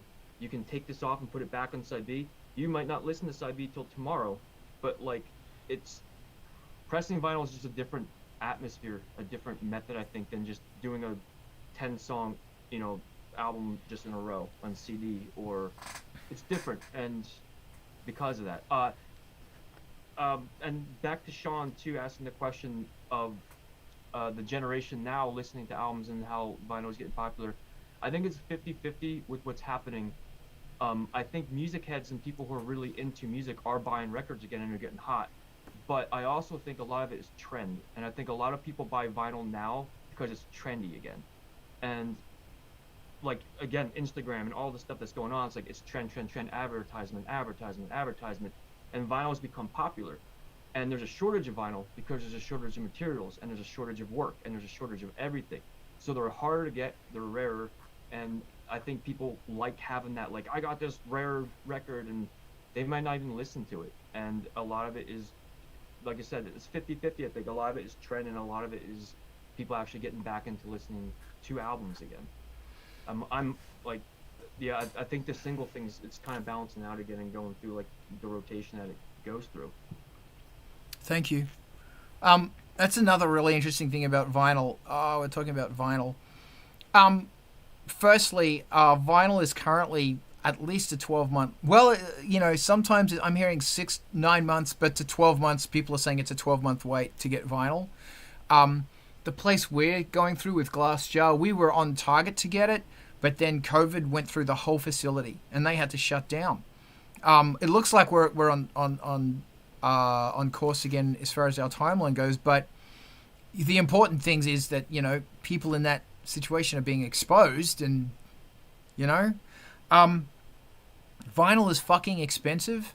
And if you're in a room full of people who say, yeah, I'll buy your vinyl, a 10th of them will. 1 in 10. Do not press vinyl. Don't do it. If your CDs or things sell in the thousands and thousands, sure, print vinyl. But for the rest of us, you're going to order 300 vinyls and you'll sell 100. And it'll take you'll sell 50 in the first week. The other 50 will take a year. Then you will have 200 vinyl fucking sitting on your shelves, and you'll have to give them away. Yes, you will, because people don't buy vinyl. And that sucks, man. I wish I would print vinyl on every fucking thing I did if I could sell it. And I know that Bandcamp say, oh, we'll do a vinyl campaign, but it's not worth it. It's not, you make no money. $0, not a fucking cent. And Jesus, dude, I gotta pay my fucking rent. So, yeah, I had something else really important to say, but I forgot. But here's Eric. Just going on with that too, the expensive pressing vinyl. I looked into it again. I think right before COVID hit or something, and it was already crazy expensive to do it. But that's why vinyl costs so much too, is because it costs so much to press it. Especially people who are like us that are like, if you could put out even 100 or 200, 300, like it costs $30 to press one vinyl record. It's super expensive. So then when you see those prices and you're just like, man, $45 for a record for an independent person, it's just like, that's a lot of money. But then you don't realize they're making $15 on that. Plus you gotta ship it to you. Plus whatever percentage is taken out from Bandcamp, wherever you sell it through. It's a lot of money. Yeah. So, Alex, thank you. Alex, thank you for buying Glass Jar, and I'm sorry that you paid $28 in shipping. But the fact of the matter is that that album is printed on 180 gram vinyl, and that's heavy. That's over a pound. And this is the thing about vinyl, is that within the US, you could ship it for $4 using media mail. It'll take a week to get there, but it'll be $4. It's the cheapest option you have. And because it just slips over a pound, but shipping that shit internationally is so expensive. And that's the other thing about vinyl, is that everyone's going, oh yeah, go to, is it Pirate Press in Czechoslovakia, in the Czech Republic, or the place in Canada? They've got to ship that to you. Do the math. When you're looking at these fucking things, are going to be half a pound each once they've got covers, everything else in them, and they're boxed per 10. My God, what is that? 5 kilograms per box. That's 10 times 300 is 50. Someone help me do the maths here. That's like several hundred kilograms. Trust me, because I had to lift, when I got Black Dog Bite, I have to lift that fucking thing up the stairs at my old apartment, and it was heavy as fuck. And shipping that stuff takes a long time to ship. In fact, if it's got to go water, forget it, because if you don't know what's happening with the situation with hauling crates internationally at the moment, you're never going to see it. And if it's going to come down via road or via plane freight, it's going to be expensive as fuck. So yeah, it's costing $30. And then who is going to buy an album for $45? And you're expected to go free shipping. You know, it's funny. Etsy and Bandcamp are on my case at the moment because I'm putting all this stuff in there for the vinyl, and they're going, "You're charging way too much on shipping." And it's like, well, if I charge, and I'm charging what Stamps.com is saying the shipping is for this item. That's what it's costing me. Oh, and the postage just went up. And now I have to pay European tariffs. Yeah, so vinyl's a great idea. And unfortunately for so many of us, it's an idea. And for me personally, when I buy vinyls, it's an album that I find in a second-hand place for $10, because that's all I can fucking afford. That got dark. Greg.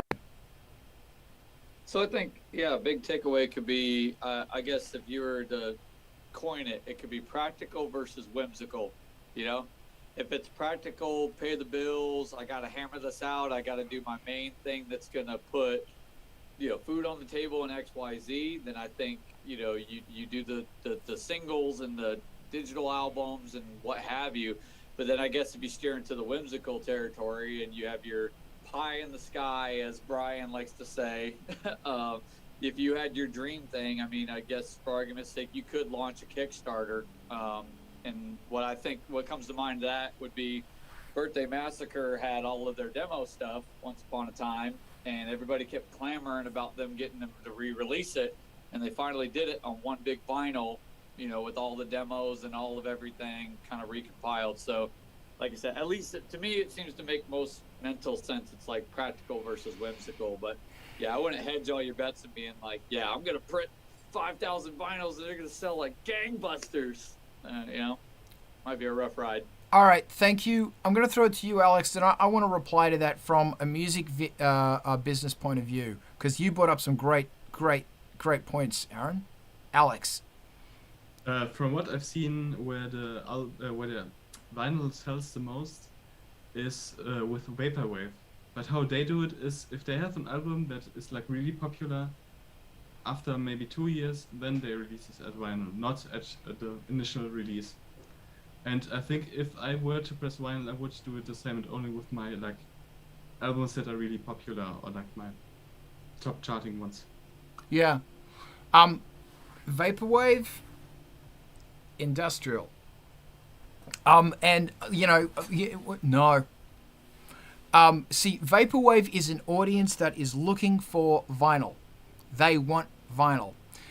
Industrial say they do, but they don't. So I want to talk about the Birthday Massacre really quickly. Great band. Let's say you do a Kickstarter, and you go, okay, I'm going to release a vinyl. And let's say you're a band, something like Angelspit. So you're going to do a Kickstarter, and the thing is, The vinyls are going to be $30 plus $5 shipping, and if you're going to Europe, it's going to be another $30. Fuck, I'm sorry. That's the first thing. So with that thing, honestly, you're going to sell 100 records if you're lucky. Honestly, we'd probably sell 75. Like if we press Crunk House on vinyl, I'd sell 100 if I was lucky. But the problem I've got is if I make it a Bandcamp thing, I will get no money from that. If I press it, I'm going to make negative money on that in the hope that maybe I can sell more, because I'm going to have to sell 200 of those vinyls to break even if I'm selling them at $30 each. The other problem I've got is that, so then the Kickstarter ends 2 weeks later, I get the money for that, and then I buy the vinyl. That means you're going to get it in your hands 9 months to a year later.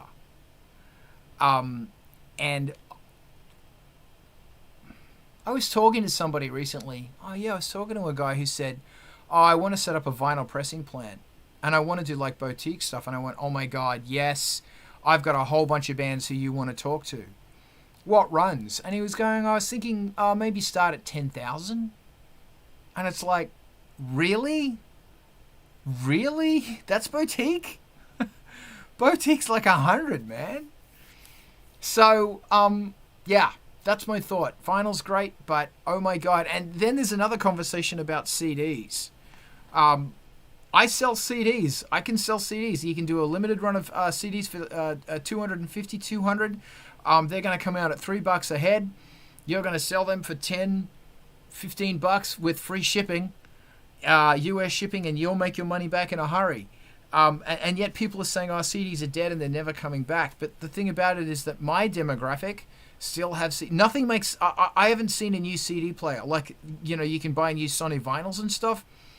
I haven't seen CD players. If I'm wrong, please tell me, because if they are saying, we're going to start creating CD players again, actual players that have got USB data technology built into them, then that means there is a resurgence that big corporation have gone, you know, maybe we should start reinvesting into this because we're starting to make records styluses again. Maybe, do you understand what I'm saying? If there is a market in that niche and a larger manufacturer goes, there's a market, then there's a market, and there's a market, and there's a market, and boom. But I haven't seen that yet. I could be wrong. If I am, please let me know. Eric? Yeah, I can't believe that your buddy or acquaintance were saying 10,000 vinyl. That's like big bands press 3,000. Like that isn't. You're never gonna sell 10,000 records ever. Yeah. I mean, well, maybe you will in 200 years, but yeah, that's insane. Yeah, boutique is usually 50 to like maybe 300, maybe 300. Yeah. It's super small.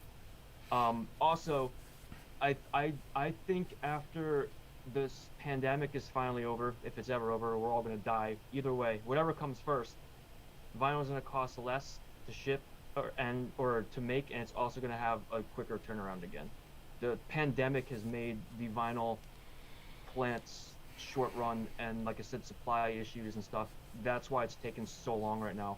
But before that, you could get a vinyl pressed and have it to you in your hands in 2 months.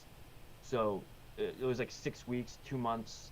It's just the pandemic has just really created a lot of chaos in the industry. What's vinyl made of? And I'll throw that question out there and someone can Google it and tell me after we hear from Sean. Hey, I was just going to comment on the CD because I just happened to see a Rolling Stone, I think, article the other day talking about the rise of the CD coming back, and that it had this was the first year that it had seen growth in that medium, and that it's gaining in popularity.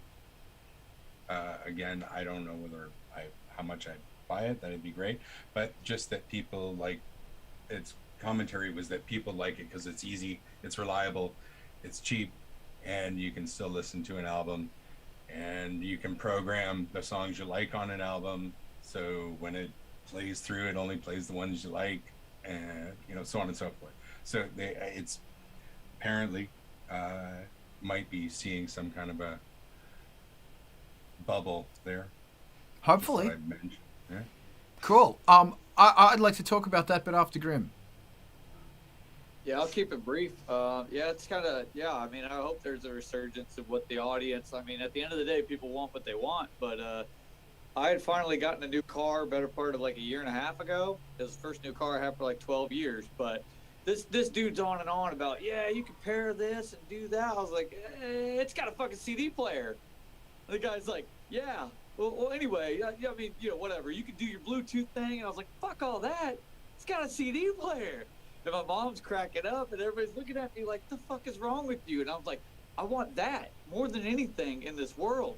Because there's still horrific, shitty breakage when it comes to Bluetooth pairing, or sometimes if you're watching something, the audio sync is fucked, and it just doesn't line up. Or if you lose signal, then you're done. But there's plenty of albums that I love that I've wire to wire. I love that fucking album. I'm going to put that CD in the player, and I'm going to have a hell of a day/week because it's going to be great because it's a CD player. It's not going to fuck with me. Like, you know what I mean? I'm like the anti-upgrade dude. I'm just like, all right, cool.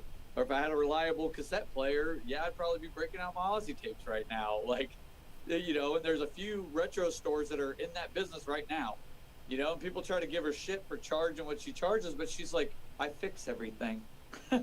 I make sure that the reel-to-reel works. I make sure that the cassette player works. I make sure that the CD player works. So why the hell wouldn't I charge? But that's a whole nother point. But yeah, I was geeked as fuck that I had a CD player.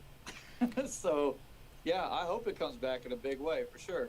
And plus, quick note about CDRs. CDRs suffer from bit rot and have an expected lifespan of 5 to 10 years. If you have things that you consider important and they're on a CDR, fucking back that stuff up and get that onto a hard drive or in the cloud or something. Like, just have redundancy there.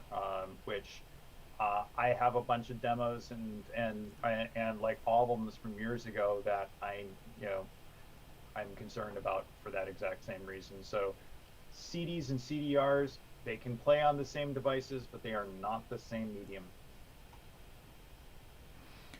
plus they sound fucking killer in a car. Like we used to master for fucking cars, like specifically so this will pound like fuck in a car, and we don't do that anymore, because,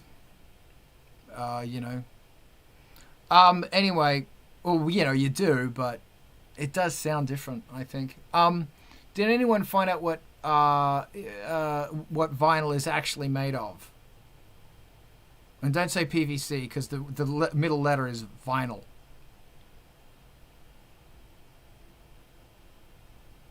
Okay, that doesn't matter then. I'm on the impression that it's based on a subsidiary of petroleum. I could be wrong on that. Therefore, there are issues as far as PVC polyvinyl chloride. Yeah, is that based on? Is it based on petrocarbons? Yes, it's based on chlorine and ethylene, which is from crude oil. Okay. All right. We need to make a video about that. Just have the more you know. Yeah, well, because the point is that therein lies supply chain issues as well. Yeah. Okay. Does anybody else have anything they want to talk about, or should we call it a happy Sunday? Call it a happy Sunday. Eric, you muted. Still muted. Eric, come back. Did I mute you by? Okay, yeah, okay. Am I good? I ducked out real quick, but I think Mark was saying what vinyl is made out of. Is that accurate? Yes. Thank you. Okay. Yeah. Thank you. Okay. So somehow we're gonna stream to MTV TV. Can I do this? God, tell me I can do this. We're gonna raid on over, and we are 5 shades of done. And I want to thank everybody for being part of this. Same time, same bat channel next week. You rock.